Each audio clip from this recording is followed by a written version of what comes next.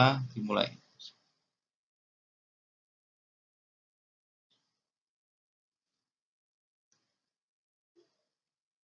Amin. Berdoa selesai. Baik, anak-anak, alhamdulillah, bersyukur kita telah diberikan nikmat semak sehat sehingga kita bisa mengadakan kegiatan belajar mengajar walaupun secara online. Baik, langsung saja disiapkan medianya, alat tulisnya, dan lain sebagainya untuk dapat mengikuti pembelajaran saya. Pada poin ini, kemarin kita saya sudah menjelaskan tentang skema penilaian, yang mana pada kelas 10 ini ada bab 1 sampai bab 4 itu yang akan saya ambil nilainya, yang mana dari bab 1 bab 4 ini ada UH dan tugas. Kita posisi mau keluar di bab 4 ya. Mungkin pada minggu ini kita akan penilaian bab 4 dan mudah-mudahan kita bisa melaksanakan UH bab 4 di minggu depan. Selain bab 4, mungkin tambahnya ada PAS dan PTS yang sudah saya berikan kemarin. Itu mungkin saya sedikit mereview materi kemarin. Lalu untuk selanjutnya adalah terkait tentang sentralisasi. Pada kesempatan minggu kemarin kita sudah membahas tentang desentralisasi. Masih ingat desentralisasi apa? Silahkan diklik di kolom komentar. Desentralisasi, lawan katanya adalah sentralisasi. Apa itu sentralisasi? Pak Iman beri ilustrasi. Semisal kemarin di Trias Politika ada lembaga eksekutif, legislatif, dan yudikatif. Desentralisasi ini lebih membahas ke eksekutif. Desentralisasi juga, jadi berawal dari lembaga eksekutif. Saya ulang lagi, sentralisasi dan desentralisasi ini berawal dari lembaga eksekutif. Dari lembaga eksekutif ini yang ada adalah soal presiden dan wapres. Presiden dan wapres ini satu paket ya, jadi tidak bisa presiden banyak wapres, tidak. Ini satu paket. Walaupun secara struktural itu tidak ada presiden dulu dan wapres, tapi secara kerjanya itu adalah presiden dan wapres, satu paket. Nah, dari presiden wapres ini ada yang namanya kementerian negara. Kementerian negara itu ada banyak macamnya, ada Kementerian Negara dan Kementerian Negara non-departemen. Tetapi saya singkat, Pak Iman singkat adalah Kementerian Negara. Lalu di bawah Kementerian Negara ada gubernur. Nah, pada slide ini, untuk yang gubernur ini saya pisah. Karena mengapa? Karena gubernur nanti masuknya di desentralisasi. Yang garis pemisah itu dari eksekutif sampai kementerian itu adalah sentralisasi. Jadi sentralisasi itu isinya ya presiden dan wapres dan kementerian negara. Misal ini Pak Iman beri contoh, kemarin masih ingat eksekutif adalah lembaga yang menjalankan undang-undang atau peraturan perundang-undangan. Presiden wapres ini misal saya beri contoh adalah Pak Jokowi dan Kiai Haji Ma'ruf Amin. Kementerian negara ini saya beri contoh semisal Kementerian Pendidikan. Jika kebijakan itu dicetuskan atau lahir dari presiden, wapres ya, ini yang namanya keputusan presiden. Akan tetapi, jika kebijakan itu lahir dari kementerian, misal saya beri contoh Kementerian Pendidikan, maka kementerian itu setidaknya meminta persetujuan ke presiden dan wapres. Mengapa? Karena atasannya dari kementerian adalah presiden dan wapres secara struktural. Jika sudah diberikan persetujuan, maka ini yang namanya kebijakan negara. Desentralisasi ini, gubernur tidak ikut dalam suatu partisipasi dalam membuat kebijakan atau yang membuat peraturan misal. Ini tidak ikut-ikut. Jadi gubernur ini saya biarkan kosong karena tidak ada hubungannya, tidak ikut campur. Begitu ya. Misal saya beri contoh PPKM. Ketika ada COVID, Pak Jokowi sebenarnya melaksanakan PPKM. Maka dari kementerian ada perintah PPKM. Dari gubernur juga ada perintah PPKM. Semua physical distancing. Begitu juga dengan sampai ke mana itu bupati atau wali kota dan sampai yang paling bawah RT RW dan perseorangan. Ini yang namanya keputusan presiden. Saya beri contoh lagi, misal tadi ya saya ulangi PPKM. Misal Pak Jokowi dan Pak Kiai Haji Ma'ruf Amin misal memutuskan untuk melaksanakan PPKM. Semua langsung hormat gerak untuk melaksanakan PPKM. Baik dari kementerian maupun gubernur sampai yang paling bawah adalah RT RW dan kembali ke individu. Namun jika itu kebijakan itu lahir dari kementerian, ini adalah kebijakan negara. Semisal Kementerian Pendidikan semisal memperlakukan belajar ada yang namanya KBM daring dan luring semisal.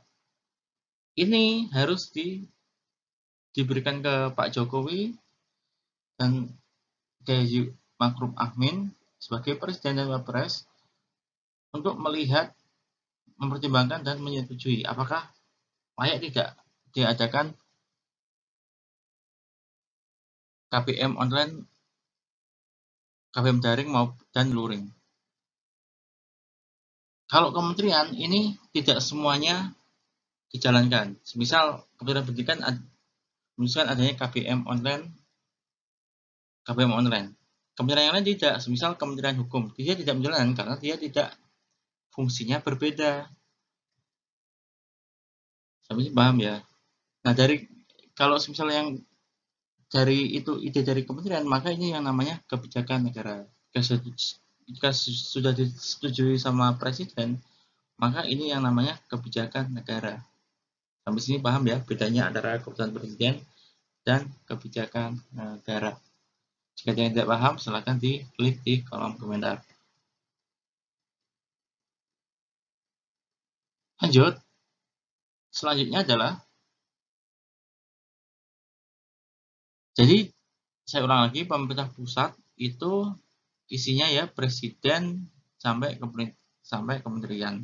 Sementara pemerintah itu dari gubernur sampai yang paling bawah adalah misal camat, lurah, mungkin RT RW sampai RT RW. Ini pemerintah pusat punya tugas dan fungsinya dan punya kewenangan. Begitu juga dengan asas-asasnya jalankan pemerintahan negara. Ini pemerintah pusat ini punya itu semua. Kewenangan pemerintah pusat ada di Undang-Undang Nomor 32 Tahun 2004. Sementara pemerintah pusat ini banyak sekali unsurnya. Ada pemerintah daerah, pemerintah daerah itu banyak sekali unsurnya. Ada pemerintah daerah, unsurnya, tugas dan kewenangannya kepala daerah itu seperti apa, perangkat pemerintah daerah itu seperti apa, hak dan kewajibannya seperti apa, dan pelaksanaan pemerintah daerah itu seperti apa. Jika sudah ada, maka menimbulkan suatu hubungan. Jadi antara pusat dan daerah ketika bekerja sama menghasilkan 3 hubungan. Pertama adalah hubungan dalam bidang keuangan. Misal dalam bidang anggaran. Anggaran misal turun dari DPR mengeluarkan menyetujui dana semisal 10.000 untuk pembangunan daerah. Maka uang itu turun dari pemerintah, kementerian, dan sampai ke gubernur. Gubernur nanti bisa menyalurkan ke rakyat. Itu contohnya dalam bidang keuangan atau anggaran. Lalu sebenarnya hubungan dalam bidang pelayanan umum. Misal tadi ada yang namanya keputusan presiden dan kebijakan tadi. Misal keputusannya tentang bahkan PPKM darurat. Semuanya dari ini turun. Dari presiden, turun menteri, kementerian, turun ke gubernur sampai ini. Ketika ada PPKM, maka di Perda tadi, di gubernur tadi, mengeluarkan suatu misal kebijakan. Kebijakan ini tentunya yang mendukung adanya kepres tadi, misal PPKM. Maka kebijakan gubernur, misal adanya pembatasan jam malam. Di Surabaya ada sampai jam 5 udah mulai ini nih, udah dimulai ditutup jalannya sampai jam 12 misal. Ini yang namanya mendukung kebijakan atau mendukung pelayanan dari kebijakan yang telah keputusan yang telah dikeluarkan oleh presiden. Itu ya maksudnya. Lalu yang ketiga adalah hubungan dalam bidang sumber daya alam dan sumber daya lainnya. Sumber daya lainnya itu bisa jadi sumber daya manusia, sumber daya yang dihasilkan oleh kelompok dan lain sebagainya. Misal di daerah mana ya? Misal daerah Irian. Irian terkenal dengan tambangnya. Misal ada keputusan presiden tentang bagaimana cara mengelola, maka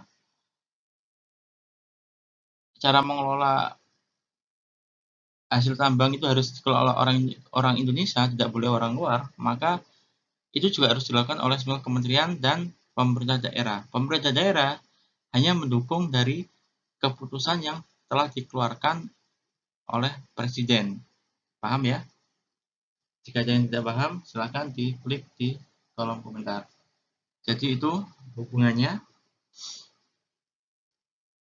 yang dilakukan oleh pemerintah daerah dan pemerintah pusat. Dalam pusat dan daerah ini tidak bisa sendiri-sendiri, tetapi saling bekerja sama. Jadi masih dalam satu kesatuan dalam bingkai NKRI. Karena NKRI harga mati.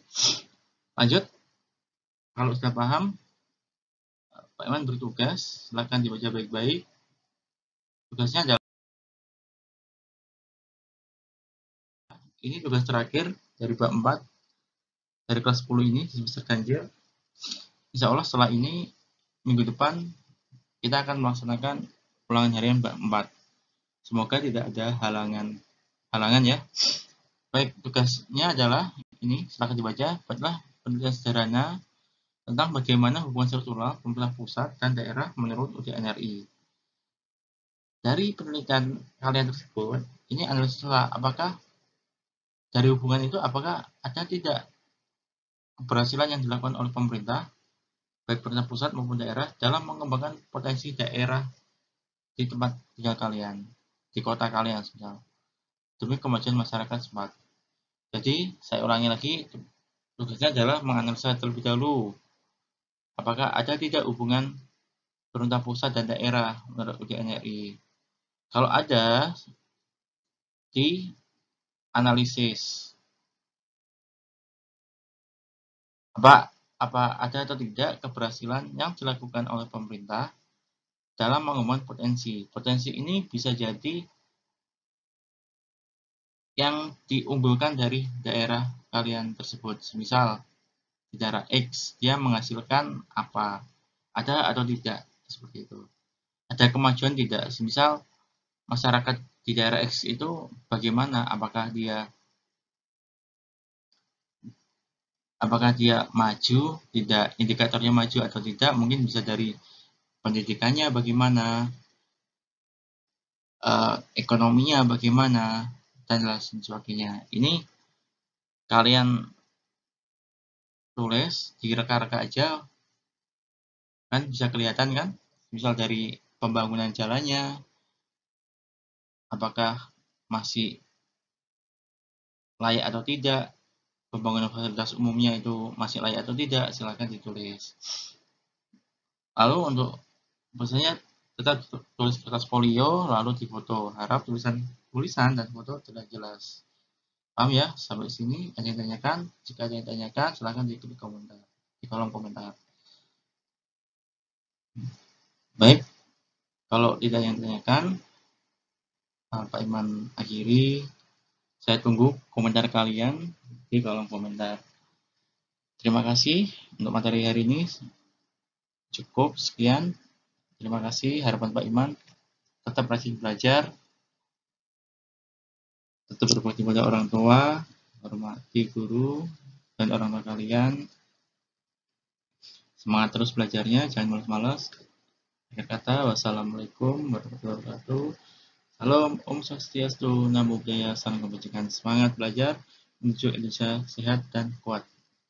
Semangat, semangat, semangat. Terima kasih.